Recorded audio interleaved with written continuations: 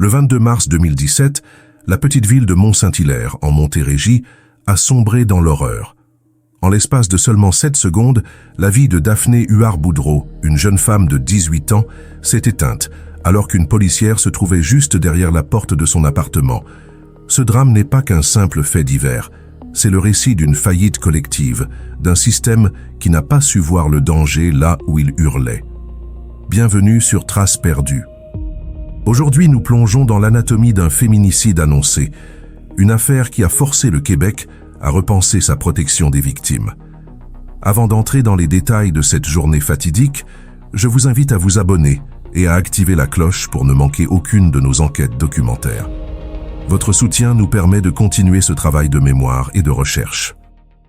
Le silence de l'aube, à 5 heures du matin, est normalement synonyme de paix dans le quartier résidentiel où vit Daphné.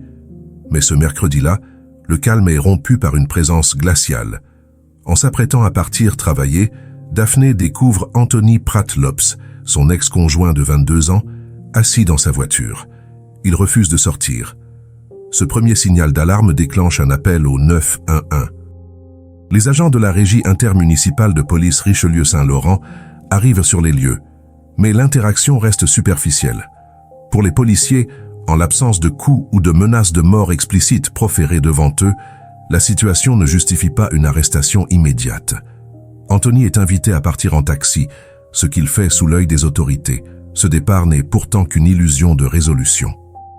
Daphné, bien que harcelée et inquiète, refuse de judiciariser l'affaire à cette heure matinale, souhaitant simplement pouvoir se rendre à son travail au dépanneur local sans encombre.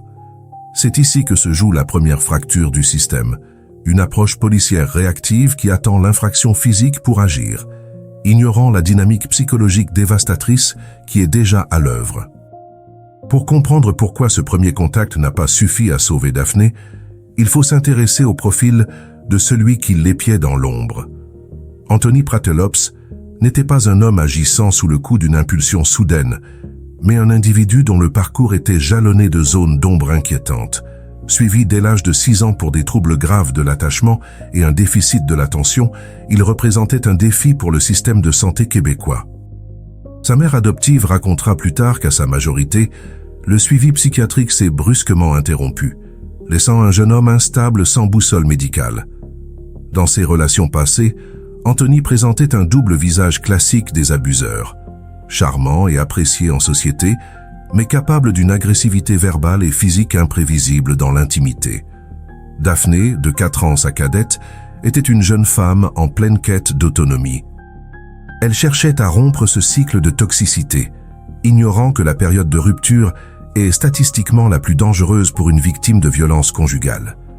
La semaine précédant le meurtre illustre parfaitement le concept de contrôle coercitif, une forme de violence qui ne laisse pas de bleu sur la peau mais qui paralyse l'esprit.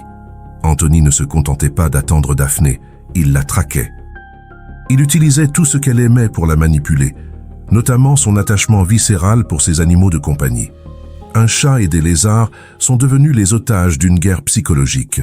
Anthony menaçait de s'en prendre à eux, de les mettre dehors dans le froid, sachant que cela forcerait Daphné à maintenir un contact avec lui. Ce matin-là, après avoir été écarté par la police, Anthony ne s'est pas rendu à Québec comme il le prétendait pour rassurer son entourage.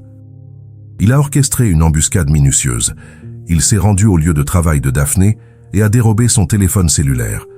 Ce vol n'était pas un acte de cupidité, mais une manœuvre tactique pour la couper de ses moyens de communication et surtout pour s'assurer qu'elle vienne le confronter à l'appartement de la rue Forest pour récupérer son bien. L'atmosphère à Mont-Saint-Hilaire ce jour-là était lourde d'une menace que seuls les proches de Daphné commençaient à percevoir avec acuité. Pendant que Daphné terminait son quart de travail, hantée par l'idée que son téléphone et ses animaux étaient entre les mains d'un homme de plus en plus erratique, Anthony préparait le terrain. Il a menti à tout le monde, affirmant être loin, créant ce que les experts appellent une déception stratégique. Ce leurre visait à abaisser la garde de Daphné et de la police. Dans l'esprit des agents, si le suspect était à Québec, l'urgence de l'intervention à Mont-Saint-Hilaire diminuait drastiquement. Pourtant, Anthony était là à quelques mètres de l'entrée du sous-sol, dissimulé et armé d'un couteau. Cette préméditation, souvent sous-estimée dans les cas de violence conjugale qualifiés trop rapidement de crime passionnel, est au cœur de l'affaire Huard Boudreau. Il ne s'agissait pas d'un homme qui perdait les pédales, mais d'un prédateur qui attendait le moment opportun pour reprendre un contrôle définitif par la violence ultime. Dans les couloirs du poste de police de Belœil, où Daphné se rendra quelques heures plus tard, l'évaluation du risque stagnait dans une bureaucratie déconnectée de la réalité du terrain. Les policiers voyaient une jeune femme qui ne voulait pas porter plainte formellement, préférant la paix à la guerre judiciaire. Ce que le système ne comprenait pas, c'est que ce refus de porter plainte n'était pas un manque de peur, mais une stratégie de survie. Daphné savait mieux que quiconque que déclencher une procédure criminelle contre Anthony pourrait provoquer l'explosion qu'elle redoutait tant. Elle cherchait une solution intermédiaire, une aide pour récupérer ses affaires et partir pour de bon. Cette zone grise entre le conflit civil et le crime violent est l'endroit précis où Daphné s'est perdue. L'agent au comptoir ce jour-là, bien qu'empathique, a suivi les protocoles habituels, sans déceler que chaque minute qui passait permettait à Anthony de parfaire son piège. La suite de cette journée allait se transformer en une course contre la montre dont le dénouement allait marquer l'histoire judiciaire du Québec. Il est un peu plus de midi lorsque Daphné Huard Boudreau franchit les portes du poste de police de Belœil. À cet instant, elle ne ressemble pas à une victime telle que le système se l'imagine souvent. Elle n'a pas d'ecchymose visible, elle ne crie pas à l'aide, elle n'est pas en larmes. Elle est simplement épuisée. Une fatigue immense, celle d'une jeune femme de 18 ans qui, depuis une semaine, vit sous le regard constant et oppressant d'un homme qui refuse de disparaître. Elle vient chercher ce qu'on appelle dans le jargon policier une forme de sainte paix. Elle veut récupérer ses dernières boîtes, son téléphone que son ex-conjoint vient de lui voler. Et surtout, elle veut s'assurer que ses animaux, ses compagnons de solitude dans ce sous-sol de la rue Forest, sont en sécurité. Elle rencontre l'agente Brigitte Légaré, une policière d'expérience avec qui elle s'entretient pendant une trentaine de minutes. La discussion est calme, presque banale dans son déroulement bureaucratique, mais chaque mot échangé ce midi-là sera plus tard disséqué par des experts, des juges et des enquêteurs en déontologie. L'agente Légaré perçoit le harcèlement, elle voit le vol du téléphone comme une infraction criminelle claire. Elle propose à Daphné de porter plainte, de déclencher la machine judiciaire, mais Daphné refuse. Pour elle, judiciariser la situation, c'est jeter de l'huile sur un feu qu'elle tente désespérément d'éteindre. Elle exprime une crainte rationnelle. Si elle fait arrêter Anthony, que fera-t-il à sa sortie? Elle préfère l'évitement à la confrontation. Elle est convaincue d'une chose, une information qu'Anthony a pris soin d'injecter dans son esprit et dans celui de ses proches. Il est parti à Québec. Cette fausse information est le pivot du drame. Parce que Daphné croit l'appartement vide, elle accepte le compromis proposé par l'agente, un stand-by civil. La procédure est simple. Daphné se rendra sur les lieux et l'agente la suivra pour assurer une présence dissuasive pendant qu'elle récupère ses biens. C'est une mesure de sécurité qui, sur le papier, semble adéquate, mais qui repose sur une prémisse tragiquement erronée, l'absence du prédateur. Le trajet entre le poste de police de Belœil et la maison de la rue Forest à Mont-Saint-Hilaire ne dure que quelques minutes, mais ces kilomètres vont devenir le théâtre d'une désynchronisation fatale. Daphné prend le volant de sa propre voiture, l'agente Légaré suit derrière dans sa patrouille. À cet instant, la protection est encore réelle, le lien physique est maintenu. Cependant, dans le flux de la circulation ou par le simple jeu des feux de signalisation, une distance se crée. Daphné, poussée par une urgence intérieure que l'on peut seulement imaginer comme un mélange d'adrénaline et d'inquiétude pour ses animaux, arrive la première. Elle se stationne devant la maison familière. La neige craque sous ses pas. Elle ne voit pas la voiture de patrouille dans son rétroviseur immédiat, mais elle ne s'inquiète pas outre mesure. Après tout, Anthony est à Québec, n'est-ce pas? C'est ce qu'il a dit, c'est ce que tout le monde croit. Elle sort de son véhicule et se dirige vers l'entrée du sous-sol, ignorant que chaque pas l'approche d'un guet-apens préparé avec une précision chirurgicale. À l'intérieur de l'appartement, l'obscurité et le silence cachent une réalité terrifiante. Anthony Pratlops n'est jamais parti. Il est là, tapi dans l'ombre du logement qu'il partageait, un couteau à la main. Il a attendu le moment où elle serait seule, le moment où elle baisserait sa garde. Lorsque Daphné franchit le seuil, la première chose qu'elle voit, c'est son chat. Dans un geste de tendresse qui sera son dernier acte conscient, elle le prend dans ses bras. Elle soupire, une phrase captée par le silence des murs. Oh, c'est bientôt fini cette vie-là. Elle croit parler de la fin de ses tracas, de la fin de cette relation toxique, du début de sa nouvelle liberté. Elle ne sait pas que la vie dont elle parle est la sienne et qu'elle s'apprête à lui être arrachée. Anthony surgit. Il n'y a pas de discussion, pas d'explication, pas de place pour la négociation. En l'espace de 7 secondes seulement, l'indicible se produit. L'attaque est d'une violence inouïe, ciblée, brutale. Daphné s'effondre, sa vie s'écoulant sur le sol de ce sous-sol qu'elle détestait tant. Pendant ces 7 secondes d'horreur pure, l'agente Légaré arrive sur la rue Forest. Elle immobilise sa patrouille, sort du véhicule et remarque immédiatement la voiture de Daphné, mais la jeune femme a déjà disparu à l'intérieur. La policière avance vers la maison, son instinct commençant peut-être à lui envoyer des signaux d'alerte. Elle voit des traces de pas fraîches dans la neige qui contournent la bâtisse vers l'entrée arrière. Elle frappe à la porte.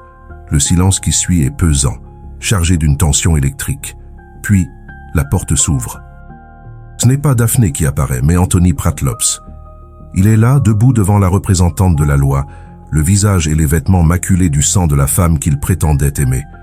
Sa réaction n'est pas celle d'un homme en fuite ou en proie au remords, mais celle d'un individu qui vient d'accomplir une mission. « Arrête-moi, c'est son sang à elle », lance-t-il avec une froideur qui glacera le sang de l'agente.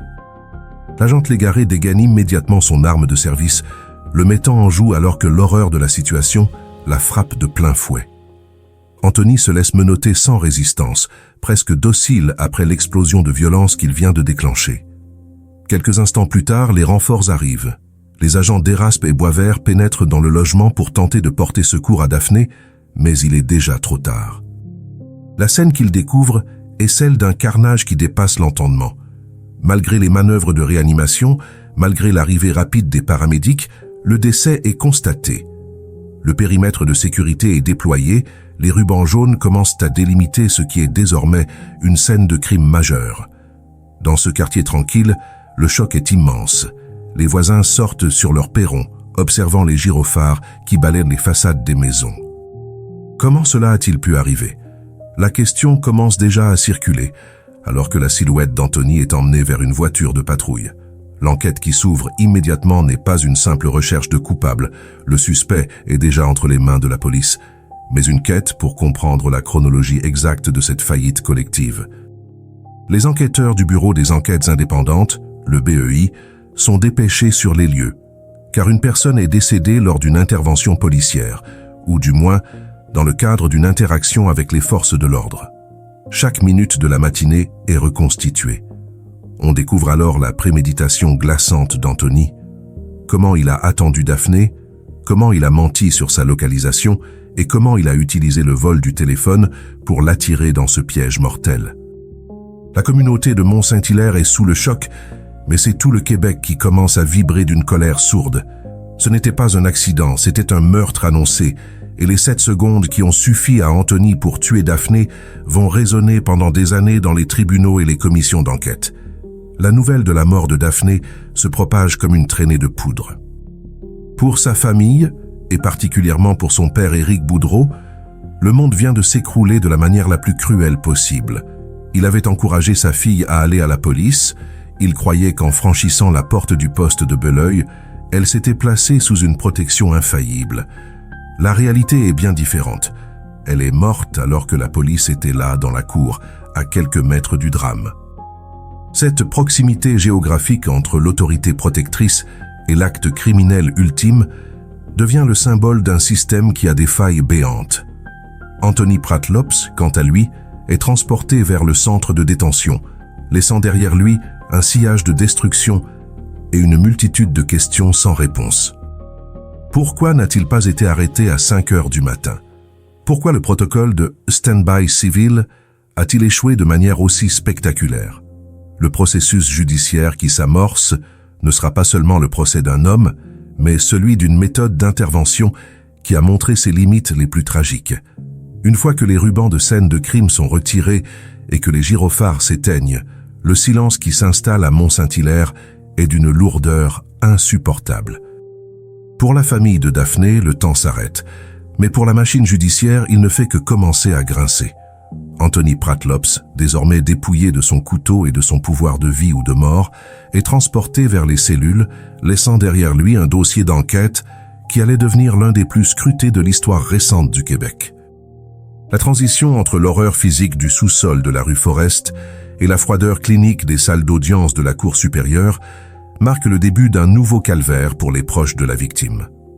Dans ce chapitre de l'affaire, nous allons explorer comment le système de justice a tenté de quantifier l'indicible, naviguant entre les définitions strictes du code criminel et le besoin viscéral de réparation pour une vie fauchée à l'aube de ses 20 ans. Au départ, le directeur des poursuites criminelles et pénales n'hésite pas. Anthony Pratlops est accusé de meurtre au premier degré. Pour les procureurs, la préméditation ne fait aucun doute. Le mensonge sur son prétendu départ pour Québec, l'attente silencieuse dans l'appartement, le couteau prêt à l'emploi et le vol stratégique du téléphone pour attirer Daphné dans un piège sont autant de preuves d'un plan mûrement réfléchi. Pourtant, au fil des mois, la stratégie juridique va évoluer, illustrant la complexité des négociations dans l'ombre des prétoires. En mai 2019, soit plus de 2 ans après les faits, un dénouement survient qui laissera un goût amer à plusieurs. Un plaidoyer de culpabilité à une accusation réduite de meurtre au second degré. Ce processus, souvent appelé plea bargaining, est une réalité courante mais difficilement acceptable pour ceux qui ont vu le guet à peine se dessiner avec une clarté effrayante. Pourquoi accepter une réduction de peine pour un crime aussi flagrant? La réponse réside souvent dans la volonté d'épargner à la famille le traumatisme d'un procès devant jury, où chaque détail sordide, chaque photo de la scène de crime et chaque seconde de l'agonie de Daphné auraient été exposées et contestées par la défense. Le meurtre au second degré entraîne automatiquement une sentence de prison à vie. Mais la question cruciale réside dans la période d'inadmissibilité à la libération conditionnelle. C'est ici que le juge a dû peser le poids de la barbarie. Normalement, pour un meurtre au second degré, le minimum légal est de 10 ans. Cependant, dans le cas de Daphné Huard-Boudreau, la brutalité extrême de l'attaque et le contexte de violence conjugale ont poussé le tribunal à une sévérité notable. Le juge a entériné une suggestion commune de 18 ans avant toute possibilité de sortie. C'est une peine qui se rapproche du seuil du meurtre au premier degré, un signal fort envoyé par la société québécoise. En fixant cette barre à 18 ans, le tribunal a reconnu que ce n'était pas un simple emportement ou un conflit de couple qui a mal tourné, mais une exécution brutale dictée par une volonté de contrôle absolu. Pour Éric Boudreau, le père de Daphné, cette sentence représentait une forme de soulagement sécuritaire, la garantie que l'homme qui avait égorgé sa fille resterait hors d'état de nuire pour une génération entière, mais le vide laissé par l'absence de Daphné, lui, restait incommensurable. Au-delà de la durée de la peine, les audiences ont mis en lumière le profil psychologique d'Anthony Pratlops, ce jeune homme dont les proches affirmaient qu'il avait été abandonné par les services psychiatriques à sa majorité. La défense a tenté de brosser le portrait d'un individu brisé par un trouble grave de l'attachement, espérant peut-être susciter une forme de clémence ou du moins expliquer l'inexplicable. Mais la Cour a dû trancher. Les problèmes de santé mentale, bien que réels, n'effacent pas la responsabilité criminelle. Pratlops savait ce qu'il faisait lorsqu'il a brandi son arme. Il a agi avec une conscience aiguë de la finalité de ses gestes.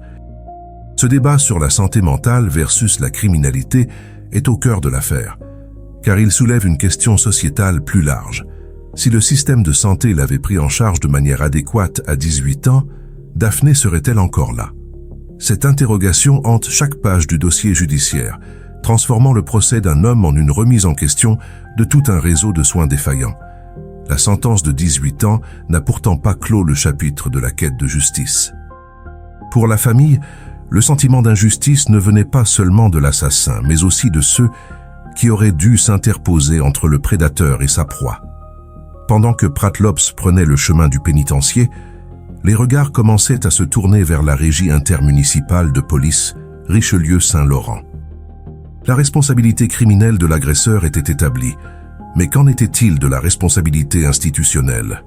Comment le système avait-il pu permettre à un homme déjà signalé le matin même de mener à bien son projet meurtrier? Cette tension entre la condamnation de l'individu et l'analyse des failles de la police allait devenir le prochain champ de bataille juridique.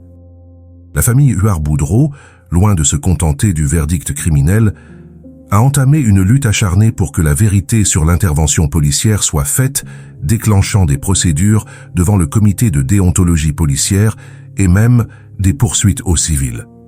Le procès de Pratelops a donc servi de catalyseur à une prise de conscience collective sur la nature du féminicide. Ce terme, qui n'était pas encore aussi ancré dans le discours public en 2017, a commencé à prendre tout son sens à travers cette affaire. On a compris que le meurtre de Daphné n'était pas un crime de passion, mais un crime de possession. En plaidant coupable, Pratelops a évité une confrontation directe avec les preuves de sa préméditation, mais il n'a pas pu étouffer les faits qui criaient sa culpabilité. Le juge, dans ses remarques finales, a souligné la lâcheté de l'acte. S'en prendre à une jeune femme sans défense, dans l'intimité d'un foyer, alors qu'elle croyait bénéficier de la protection de la loi. Cette sentence de 18 ans est devenue une balise, un précédent pour les futurs cas de violence conjugale au Québec, indiquant que la justice ne tolérerait plus que l'on protège les femmes à moitié. Alors que les portes de la prison se refermaient sur Anthony Pratelops, une autre porte s'ouvrait pour les avocats de la famille, celle des enquêtes administratives.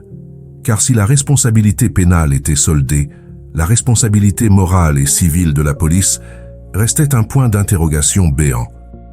Comment expliquer aux parents de Daphné que leur fille est morte sous la surveillance d'une policière? Comment justifier que le suspect n'ait pas été arrêté pour le vol du téléphone, ce qui aurait instantanément mis Daphné hors de danger? Ces questions, plus complexes que la simple culpabilité d'un meurtrier, allaient plonger le Québec dans un débat sur les protocoles d'intervention et sur l'autonomie des victimes face à l'autorité policière. Le système judiciaire avait rendu son verdict sur l'homme, mais le système policier, lui, s'apprêtait à subir son propre procès, celui de l'inefficacité et de la négligence présumée. Si la condamnation d'Anthony Pratelops a apporté une réponse pénale à l'acte meurtrier, elle n'a en rien apaisé le sentiment de trahison institutionnelle qui rongeait la famille Huard-Boudreau. Pour le père de Daphné et ses proches, le véritable procès ne faisait que commencer, et il ne visait plus l'assassin, mais ceux qui portaient l'insigne et la promesse de protection. La question qui brûlait toutes les lèvres était d'une simplicité dévastatrice. Comment une jeune femme peut-elle mourir sous la surveillance de la police? Cette quête de responsabilité allait plonger le Québec dans les méandres du Bureau des enquêtes indépendantes et du comité de déontologie policière, révélant les zones grises où les protocoles bureaucratiques se heurtent à la réalité brutale de la violence conjugale. C'est dans ce laboratoire de la responsabilité publique que l'affaire Daphné Huard-Boudreau est passée du statut de drame humain à celui de scandale systémique. Le premier rempart de l'institution policière fut l'enquête du Bureau des enquêtes indépendantes, le BEI. Déclenchée le jour même du meurtre, cette procédure est automatique lorsqu'une personne décède lors d'une intervention policière. Pendant des mois, les enquêteurs ont décortiqué chaque seconde de la journée du 22 mars, chaque appel radio, chaque décision prise par les agents de la Régie intermunicipale de police Richelieu-Saint-Laurent. En mars 2019, le verdict du directeur des poursuites criminelles et pénales est tombé comme un coup près. Aucune accusation criminelle ne serait portée contre les policiers. Pour le DPCP, le seuil de la négligence criminelle en droit canadien est d'une hauteur presque inatteignable. Il ne suffit pas de prouver une erreur de jugement ou une maladresse. Il faut démontrer un écart marqué et important par rapport à la conduite d'un policier raisonnable, une insouciance déréglée pour la vie d'autrui. Le système a conclu que, dans le cadre légal de l'époque, les policiers avaient agi selon les informations dont ils disposaient, fermant ainsi la porte à un procès criminel pour ceux qui n'avaient pas su protéger Daphné. Face à cette impasse criminelle, la famille s'est tournée vers le seul autre levier de reddition de comptes, la déontologie policière. C'est ici que le débat est devenu véritablement public et émotionnel. Le commissaire à la déontologie policière a cité les agents Brigitte Légaré et Martin Fissette pour des manquements graves à leurs devoirs. On leur reprochait essentiellement 3 choses. Ne pas avoir arrêté Pratelops dès le matin pour harcèlement ou vol, avoir laissé Daphné se rendre seule sur les lieux du crime sans sécuriser le périmètre et avoir manqué de coordination lors de l'escorte. Les audiences ont offert un spectacle rare et déchirant où l'agente Légaré, visiblement ébranlée, a dû justifier ses choix face aux parents de la victime. Sa défense reposait sur un concept fondamental du travail policier moderne, le respect de l'autonomie de la victime. Selon elle, Daphné était une femme majeure qui refusait de porter plainte, qui voulait simplement la sainte paix et qui était convaincue, tout comme les policiers, que son agresseur était loin à Québec.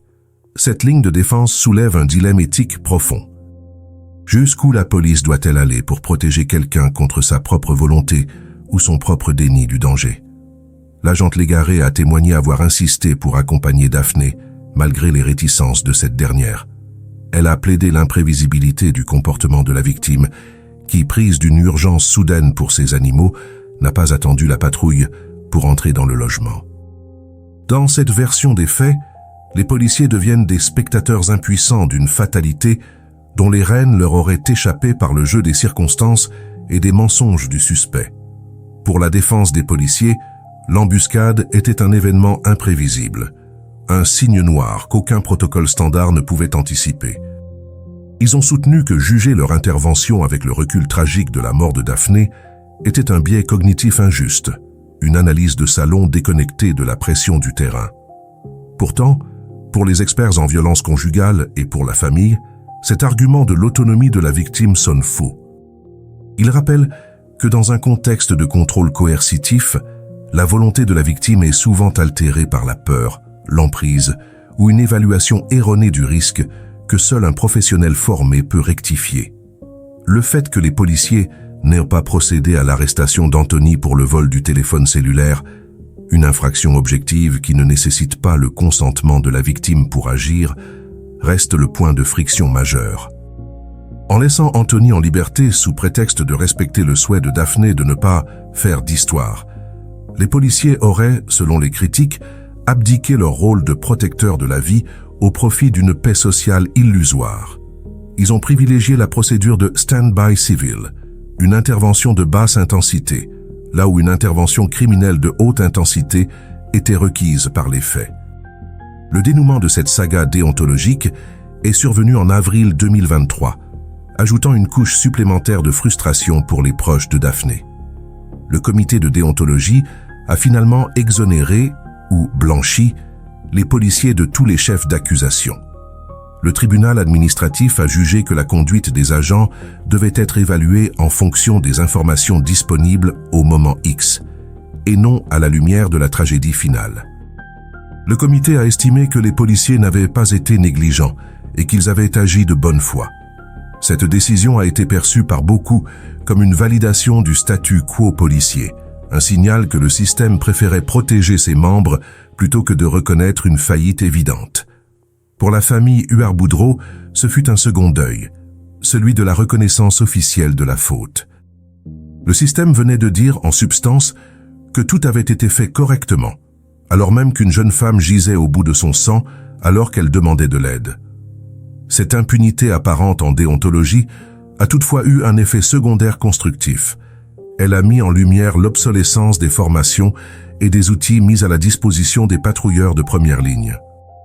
Le procès en déontologie a révélé que les policiers ne possédèrent pas la grille de lecture nécessaire pour identifier les signaux faibles d'un passage à l'acte homicide. Ils cherchaient des bleus, des menaces de mort explicites ou des cris là où il y avait des mensonges, une traque silencieuse et un vol de téléphone.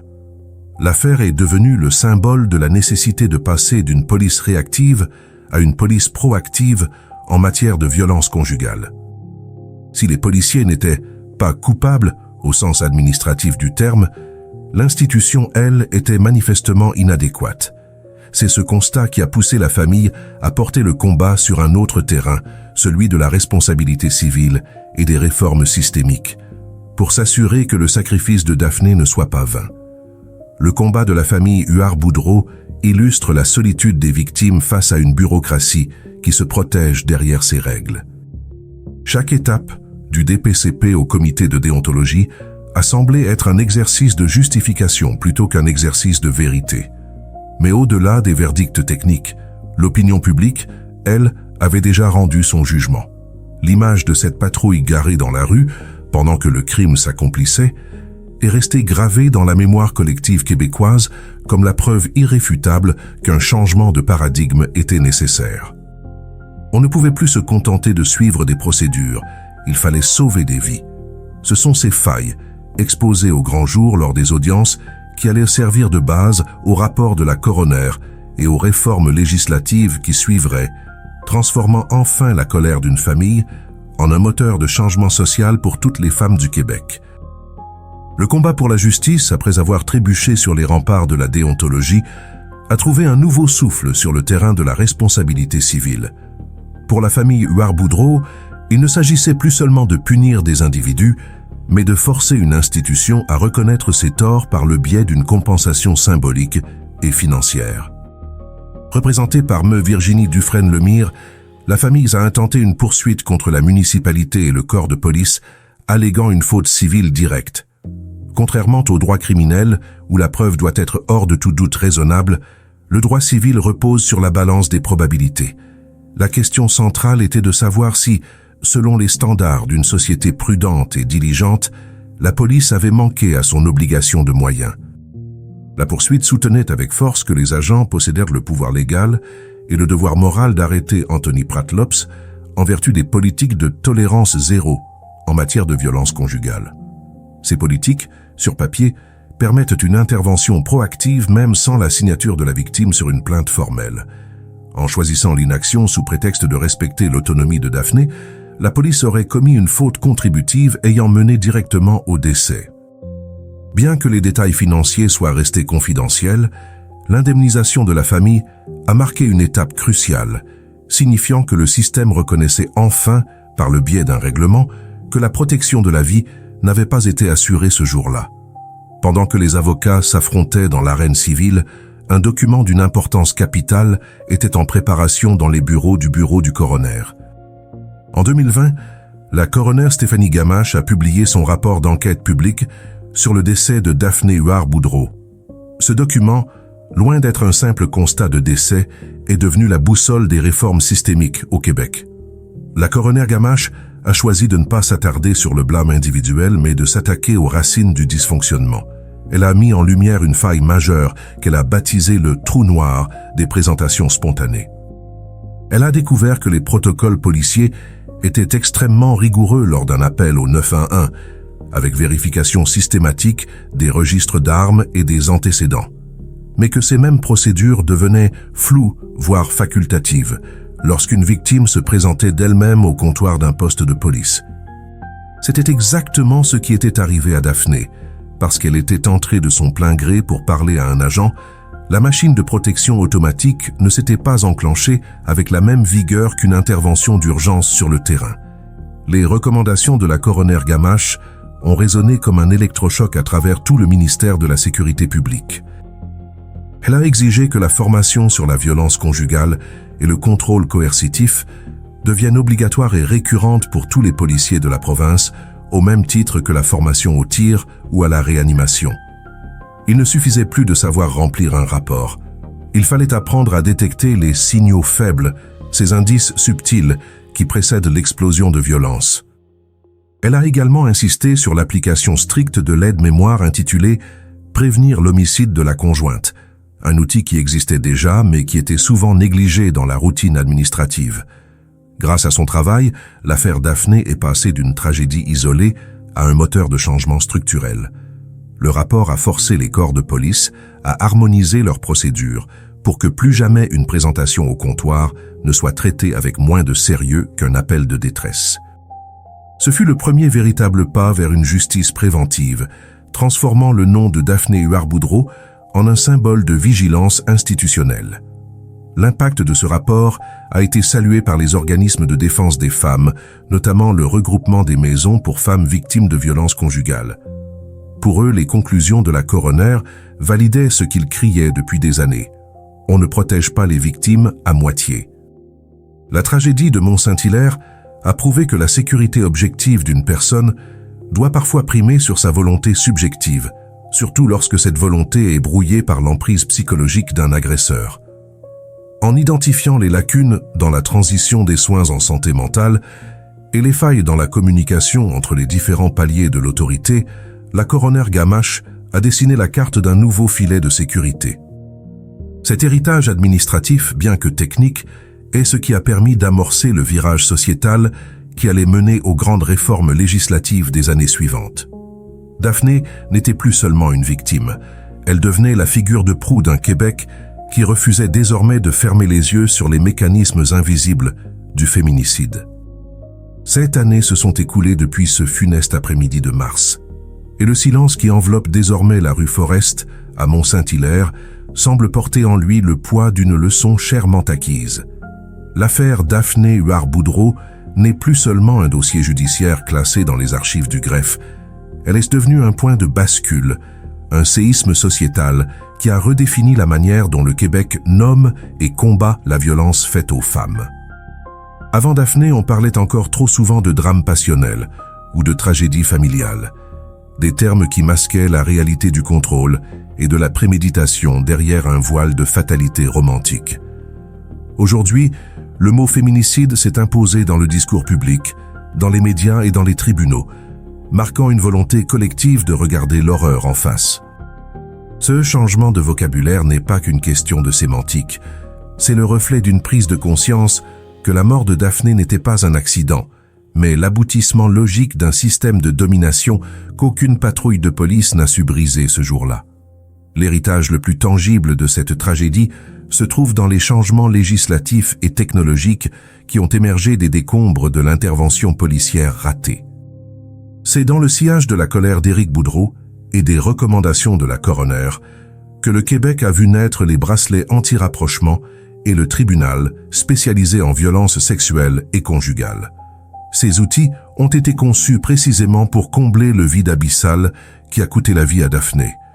Cette zone grise entre la rupture et le procès, cet espace-temps où l'agresseur est en liberté et où la victime est la plus vulnérable. Si ces dispositifs avaient existé en 2017, la police n'aurait pas eu à se demander si Anthony était à Québec ou à Mont-Saint-Hilaire. Un signal électronique aurait hurlé le danger bien avant que Daphné ne franchisse le seuil de son appartement. Ces réformes sont les témoins silencieux d'une société qui a juré devant le portrait d'une jeune femme de 18 ans qu'on ne protégerait plus jamais les citoyennes à moitié.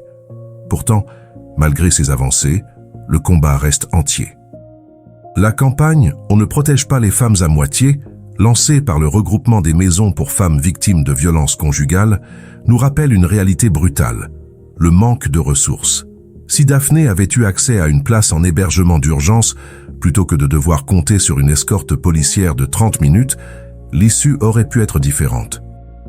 L'affaire Huard-Boudreau a mis en lumière que la sécurité ne repose pas seulement sur des lois ou des menottes, mais sur un filet social solide, capable d'offrir une alternative réelle à celles qui tentent de fuir l'emprise. Le sacrifice de Daphné a servi de cri de ralliement pour exiger un financement adéquat des refuges, soulignant que chaque refus de place par manque de moyens est une porte ouverte pour un futur prédateur. C'est cette dimension systémique qui continue de hanter les décideurs, car elle place la responsabilité de ces morts non plus seulement sur l'assassin, mais sur la société tout entière. Le souvenir de Daphné demeure vivant à travers les images de ce chat qu'elle a pris dans ses bras quelques secondes avant de mourir, et cette phrase « C'est bientôt fini cette vie-là » qui résonne désormais comme une prophétie tragique. Elle espérait la fin de la peur, elle a trouvé la fin de son existence. Mais en mourant sous les yeux de l'institution policière, elle a forcé cette dernière à se regarder dans le miroir et à admettre ses lacunes. Le Québec d'aujourd'hui n'est plus celui de 2017. Les policiers sont mieux formés, les tribunaux sont plus sensibles, et le contrôle coercitif est enfin reconnu comme une arme mortelle. Mais le prix payé pour cette évolution reste insupportable. Une vie pleine de rêves, une famille brisée et une cicatrice permanente sur le paysage de la Montérégie. Nous ne saurons jamais ce que Daphné serait devenue, quelle femme elle aurait été, mais nous savons que son nom est désormais gravé dans la pierre des réformes qui sauvent chaque jour d'autres femmes de l'oubli. En refermant ce dossier, Une question demeure obsédante et nécessaire. Avons-nous réellement fait assez pour que l'histoire de Daphné ne se répète jamais? Malgré les bracelets, malgré les tribunaux spécialisés, les féminicides continuent de ponctuer l'actualité québécoise, nous rappelant que la culture de la violence est une racine profonde et difficile à extirper. La tragédie de Mont-Saint-Hilaire nous a appris que la vigilance ne doit jamais faiblir et que l'autonomie d'une victime ne doit plus servir d'excuse à l'inaction des autorités. Alors que nous terminons ce récit, j'aimerais vous entendre. Pensez-vous que le système de justice et la police ont véritablement tiré les leçons de l'affaire Daphné Huard-Boudreau, ou craignez-vous que les failles bureaucratiques soient encore trop nombreuses pour garantir une sécurité totale? Partagez vos réflexions dans les commentaires ci-dessous, car c'est en continuant de parler de ces cas que nous maintenons la pression nécessaire pour que le changement soit définitif.